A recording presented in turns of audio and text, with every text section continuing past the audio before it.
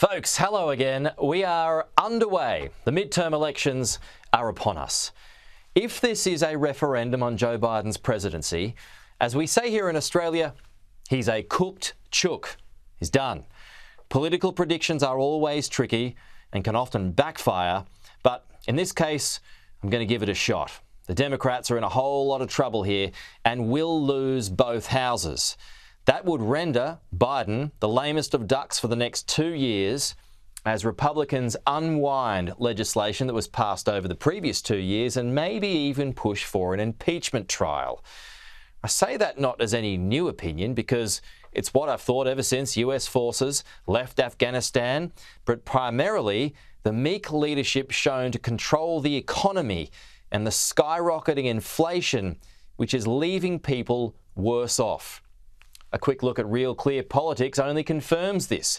It projects a big red wave coming for the House, while in the Senate, it's a little closer, but still predicts 3 pickups for the GOP, and if that eventuates, it will give it a majority. That's the 2 houses sewn up.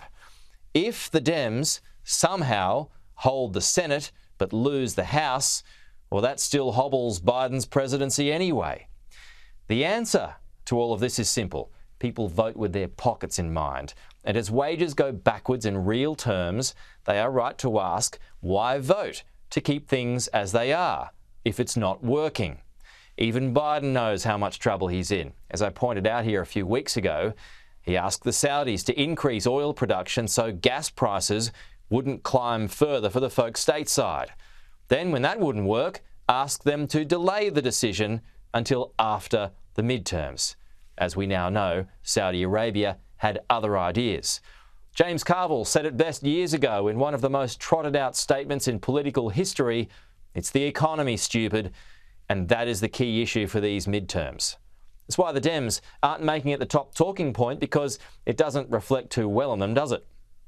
Some Democrats figured this out a long time ago.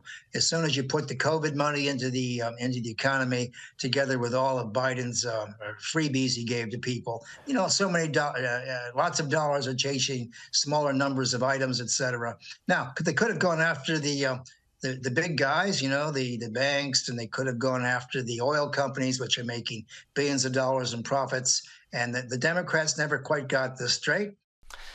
Democrats are mostly running on other issues: abortion rights, gun control, and safeguarding democracy, which Biden refers to as the soul of America. But what does that mean at the kitchen table? The radar's off. While these issues are important in their own right and play well for folks who will just vote blue anyway, it won't do much to coax the undecideds. That's the key group. Those issues don't win elections. The strength of the economy wins elections. Jobs win elections. And if things aren't going well on that front, well, people will vote for who they think will do a better job, and conservative governments traditionally do when it comes to employment and the economy.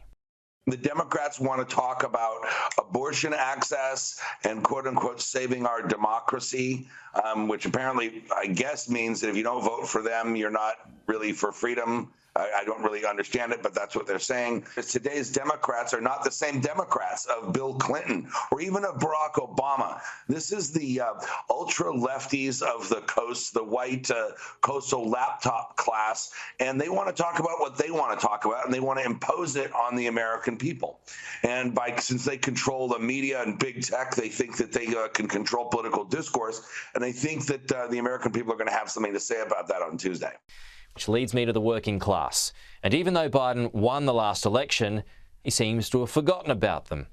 As pointed out in The Atlantic this week, America's historical party of the working class keeps losing working class support, and not just among white voters.